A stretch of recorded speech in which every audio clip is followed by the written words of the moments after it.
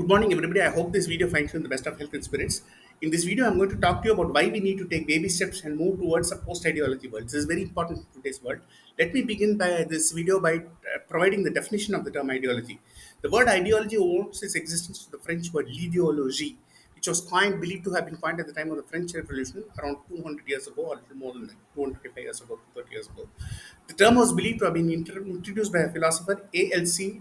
Destutt de Tracy, who was a French Enlightenment aristocrat and philosopher, and is a short name for what he called the science of ideas. Okay, crudely and briefly explained, it may be used to refer to a collection of ad hoc beliefs that are usually not fully or adequately or sufficiently tested and lack universal applicability. Okay, and according to the scholar David W. Minar, he was a political science professor at the Northwestern University. He describes six different ways in which the word ideology has been used in different periods of time. I would like to read these out below. First thing, as a collection of ideas with rigid content, usually normative, prescriptive, and non-changing. This is usually associated with rigidity of thought and what we call dogma. As a form or internal logical structure that ideas have within a set and may not be compatible with external principles. They have coherence or validity, empirical applicability only within a particular closed coterie or group and do not gel or do not tally with external perceptions and beliefs. Okay, by the role in which ideas play in human social interaction, they may be more important for human social interaction and may lack universal validity and applicability. By the role that ideas play in the structure of organization without currency outside the organization. Organization here may be political or non-political organization, economic organization, etc.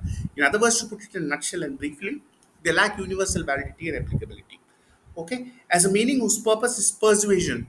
Thoughts, ideas, and ideals are only used to goad people into action, persuade them without allowing them to assimilate, digest the logical consistencies of the particular paradigm or concept. Okay, as a locus of social interaction, a locus is a particular position or place where something occurs or situated. It is therefore important only for local social interaction, which may or may not be always logical as the term applies. Okay, according to another scholar, Willard A. Mullins, an ideology is comprised of four basic characteristics. It must have power over cognition and try to control or influence individuals to do something, achieve or accomplish something. It must be capable of guiding and altering one's evaluations and patterns of thinking. This is very easy. It must provide guidance toward action or goad people towards committing certain actions which may or may not be healthy. Okay, and it must be comprised of logically coherent beliefs that hold good only within that particular entity. Okay, Terry Eagleton, another important scholar on the other hand, provides some further definitions of ideologies which may be as followed. This is a little bit abstract, but I will read them out nonetheless. Okay, if you have any questions or doubts, please feel free to contact me. Number one, a body of ideas characteristic to a particular social group or class, therefore lacking universal applicability. Ideas which help legitimate a dominate position power. Promote these help promote vested interests. Fake ideas which help to legitimate a dominant power, political power. Okay. Number four, systematically distorted communication. Okay. This is also a vehicle through which ideologies perpetuate.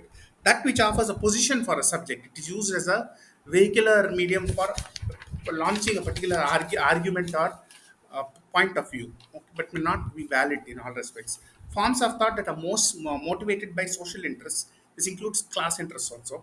Those which are motivated by identity thinking. I have written two papers on identity, and please read them also. Identity and enhanced identity. The different types of identity, like religious, linguistic, nationalistic, territorial, etc.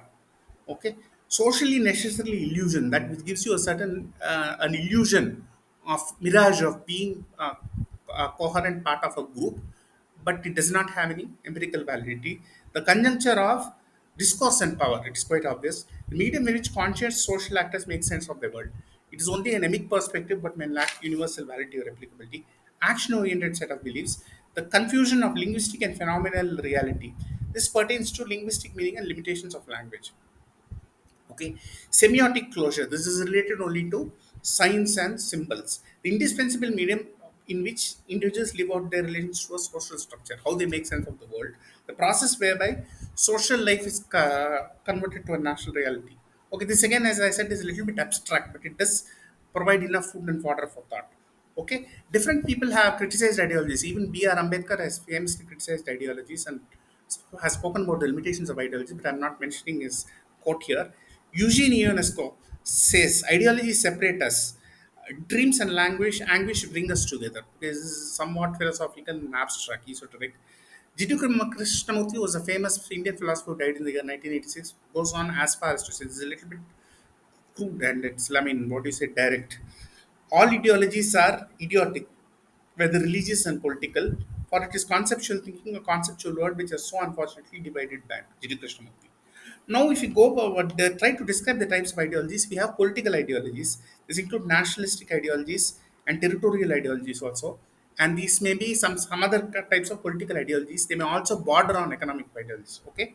And we also have social ideologies which try to promote the interests of a particular social class, cultural ideologies which try to promote a particular culture like Christian, Hindu, or Islamic culture, economic ideologies, left wing radicalism, right wing radicalism, conservatism, liberalism, capitalism, anarchism, religious ideologies we try to promote religious interests like Islam, Hinduism, or Christianity, linguistic ideologies like Dravidian nationalism and Hindi chauvinism. Okay, please refer to the internet for different types of ideologies. It is virtually impossible for me to cover all the different types of ideologies here. And at a broad level, it is also possible to categorize ideologies into open, covert, and subtle ideologies. Subtle and covert ideologies are, of course, much more different, difficult to detect. I hope you know the meaning of subtle. It's the opposite of gross. Okay, we therefore need tools and techniques to identify, detect, and eliminate, isolate, and eliminate ideologies as far as possible. Okay, so again, as I would like to reiterate my point here and stand here, please go through the internet for different types of ideologies. Okay, let us begin. Let's continue this paper with a review of few brief types of ideologies. First thing, racism. Okay, and ideologies are also related to cults, which we have discussed. We have the Soka Gakkai cult and Rajneesh cult and different types of cults also. And racism is a discrimination and prejudice against people based on their race or ethnicity. Race is an obsolete term, and since the 40s and 1950s, it has been gradually falling out of use. Has gradually fallen into disuse. As the older generation of scholars die out, it will become consigned to the rubbish heap of history, relegated to the background entirely. Racism can be present in social actions, practices, or political systems. For example, apartheid we had in South Africa, which was famously overturned by Nelson Mandela and his group of people who fought against it tooth and nail. And we also have concepts such as Jim Crow laws in the US, segregated laws in the US. Racism arose with the age of the discovery and colonialism, okay, when European powers became dominant from the 15th century onwards. Voyages by Christopher Columbus, Magellan, and Vasco da Gama also led to the age of exploration and discovery. Okay, this also led to ideas of ethnocentrism, xenocentrism, and xenophobia. It is similar to ethnic discrimination, belief that one ethnic group is superior to the other. This may or may not be true. Okay, and even the caste system in India indirectly has is related to it. Even if this kind of differentiation always exists in different parts of the world. In Rome, also in ancient Rome, we had plebeians and patricians. Even ancient Greece was not a perfect democracy. Okay, modern democracy is only 2 centuries old or so. Okay, what is colonialism? Colonialism is also related to racism. Colonialism is when a foreign power controls another group of people, their land and resources for a long period of time. It may include political, social, economic, religious, and cultural domination and discrimination also. Major colonial powers, of course, were UK, France, to a small extent Germany, to much larger extent Netherlands and Portugal. Okay, uh, Denmark to a very small extent. Eurocentrism is a belief that Europe is the center of the world and European culture and values are most important values in all other cultures, particularly those in Africa and Asia, are inferior. It is also described as the idea that Europe is the driving force behind world history and that it represents progress and development. This was true only since the time of ancient Greece, and none of the old world civilizations, Egypt, Mesopotamia, Indus Valley civilization, Europe, were European. And off late, Asia and other parts of the world are beginning to take off in a very big way, and even they're even obliterating the West, obscuring the West in some areas of specialization and technology. Okay, and this has manifested and replicated itself in many sciences also, which are not yet ideology free fully. For example, if we speak about colonial indology, we had British indulgers who were handmaidens of colonialists, stooges of colonialists, as some say. However, they maintained some degree of independence, and many people, like some researchers, those who discovered the Indus Valley civilization, okay, uh, uh, like John Marshall and other people. They maintained some degree of independence, and German ideologists had different motives. Okay, uh, I have discussed this previously in my paper on no Dravidian, no Vedic, no Paramunda hypothesis. Okay, and German ideologists also have wanted to maintain a differentiation between Aryans within double quotes and natives with double quotes. That's why itself may have promoted theories such as the Paramount Indus myth, which are of course absurd, but this my interpretation is open to scrutiny. Okay, we also have of course radical right wing capitalism, conservative American capitalists who believe in trickle down economics and trickle down economics alone. They believe the state intervention in the economy is not only unnecessary and undesirable but also outright dangerous and should not be pursued at any cost, even to the extent that when the Great Depression broke out, Wall Street crash of 1929, Herbert Hoover refused intervention of any kind and let private people players do the job. Okay, again, Marxism also naturally, we will list out all the attributes and characteristics of ideologies in this video. And Marxism definitely is an ideology. It talks about historical materialism, which I have spoken about, class struggle, the means of production, okay, hegemony, cultural hegemony, the bourgeoisie, elitist bourgeoisie, proletariat, the toiling masses, and the lumpen proletariat. Okay, I've spoken about ideology with control of knowledge to maintain or establish social class structures, labor power. Okay, workers only sell their labor and they are exploited by the capitalists. May be true, but again, this may lack universal applicability. Communal ownership of goods. Okay, it also speaks about economic determinism, the theory of base and superstructure, the Leninist theory of social revolution, the theory of imperialism, dialectical materialism, the theory of surplus value, revolution by the proletariat against the dictatorship of the bourgeoisie, and other aspects. Okay, and it is not even possible for me to talk about all these here in great level of depth. I will just mention them in passing. Indocentrism also is another ideology. It is believed that India is the center of the world, particularly the countries. A lot of Hindutva people subscribe to this, which is not correct also. It disputes the commonly accepted and held theory that Mesopotamia is the cradle of civilization because it happened to be at the epicenter of the whole world, while the Gangetic Plains was not. Accusations also have been made by Witzel and others against Hindutva. Some of them are of course true, but he is also has another ideology to follow, pursue. So there can be fault lines on various sides. We also have Sinocentrism, China at the center of the world. We also have Afrocentrism. The term Afrocentrism dates to the year 1962. It was believed to have been coined by W.B. Du Bois. We have Clyde A. Winters and others who are Afrocentrists. This is Afrocentrists. This itself is a form of pseudoscience. It, Now, if we come to Hindutva, it broadly association with Hindu cultures and values. There's nothing wrong with that. Association with Hindu and Indian national, nothing wrong with it as long as we don't interfere with other people's rights or trample on other people's toes. Hindutva takes on a wide range of meanings from liberal to radical. In some of my blog posts, I have written about this extensively. It may promote a narrow and sectarian view of Hinduism. I have discussed Hindutva extensively in my previous papers. Okay, some people also view Hindutva as a primordial ideology. It is also based on ideologies in early 20th century Europe. Okay, Dravidian nationalism is also based on obsolete historical models, obsolete interpretations of the term Aryan and Dravidian. Okay, it is based on belief of Lemuria, sunken continent, or Kumari Kandam. The Dravidian Indus hypothesis we have negated convincingly and comprehensively. It also claims that Tamil is the world's oldest languages. The oldest languages in the world date to 60 to 70,000 years ago. We have concepts such as Broca's area, Vernix area, Fox-P2 genes, etc.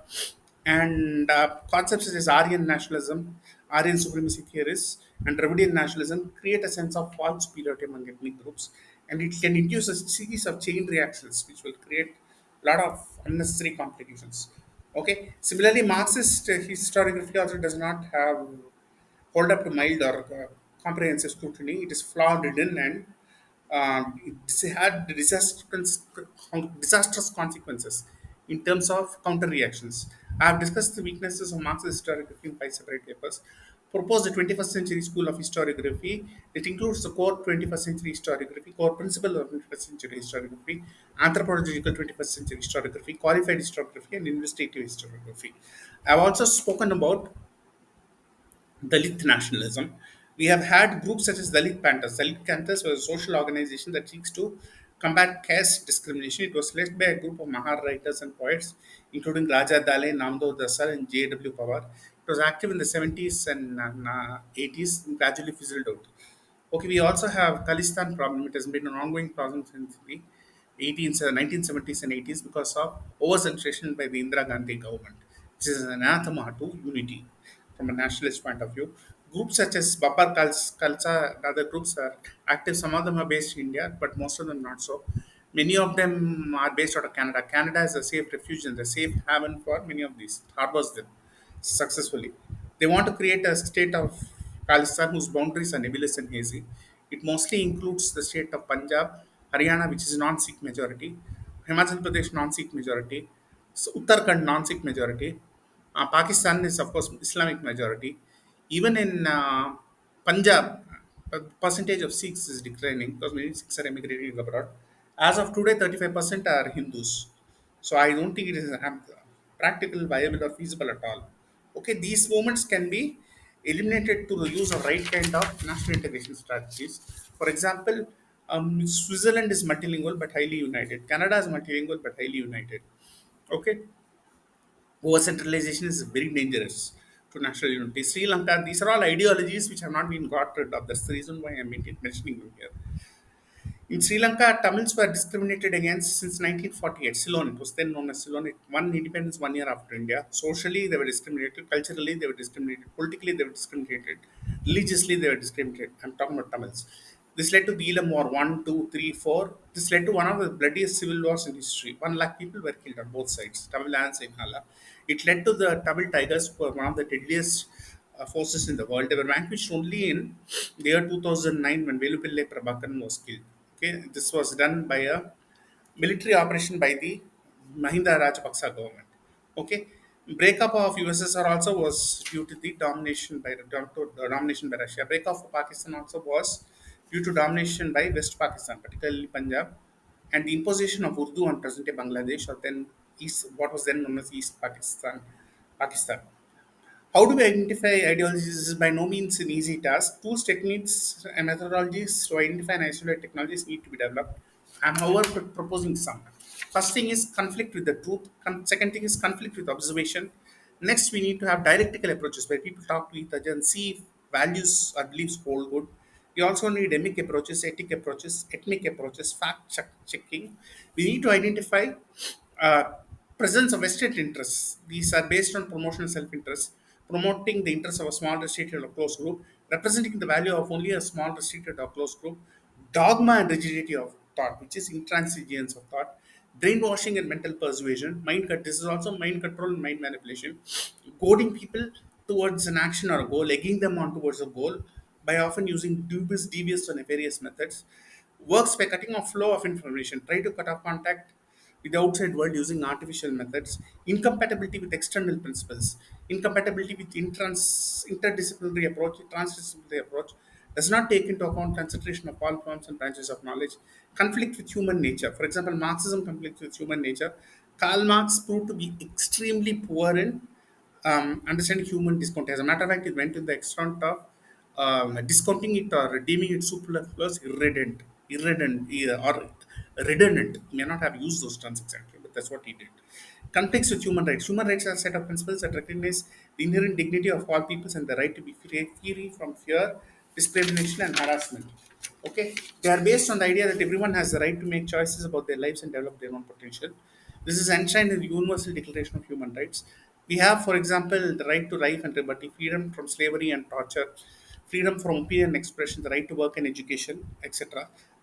And conflicts with human universal human values which were developed with by Sam Harris and Dalai Lama. A lot more work needs to be done here. Conflicts with truth, conflicts with easily verifiable truth propositions based on easily falsifiable claims, not based on balance and harmony. One kind of bias legitimizes every other kind of bias. Conflict with science, not based on sound scientific methods or principles. Okay, scientific method must be as natural to a scientist as a duck to eggs to water. Conflict with international peace and harmony, associated only with a culture or group of people. Conflicts with the right of minorities, excessive we versus them differentiation, political suppression, suppression of language. Okay, suppression of religion, suppression of culture, use of personal attacks and ad hominem attacks, use of dubious claims, appeal to authority, use of other forms of science, pseudoscience, use of other forms of scientific and logical fallacies like appeal to ignorance, false dilemma, false cause, red herring, ad hominem fallacy, etc. More research is, of course, required here.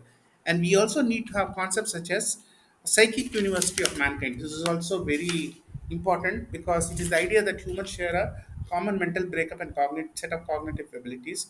Okay, it also is based on the belief that humans are biologically equal and share same set of psychological and cognitive abilities that are universal.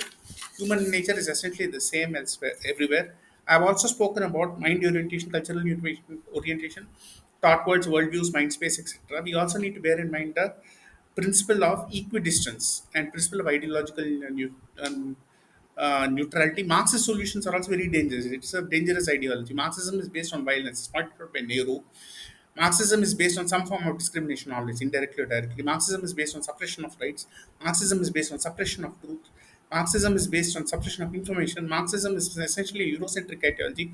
May even be associated with racism. Marx was anti-Semitic. Of course, there may be variation. Marxist scholarship is not monolithic. There have been variations. Marxist scholars themselves are outdated. And Rama has spoken about the fourth estate, refers to the present Bruce media, but he himself is outdated. Okay, therefore, national integration should be based on unity and diversity of concept. We also need to find the underlying university and definitely. We have failed miserably and badly here. Okay, Ramchandra Guru has said Marxists are still limited, flawed, and one-sided, but Hindutva chaunis are far more dangerous than that. Okay, nationalism is also an ideology. For example, people say patriotism is a refuge or fools or scoundrels. Okay, this statement was made by Samuel Johnson. That is why we need horizontal cooperation among scientists and scholars all over the world.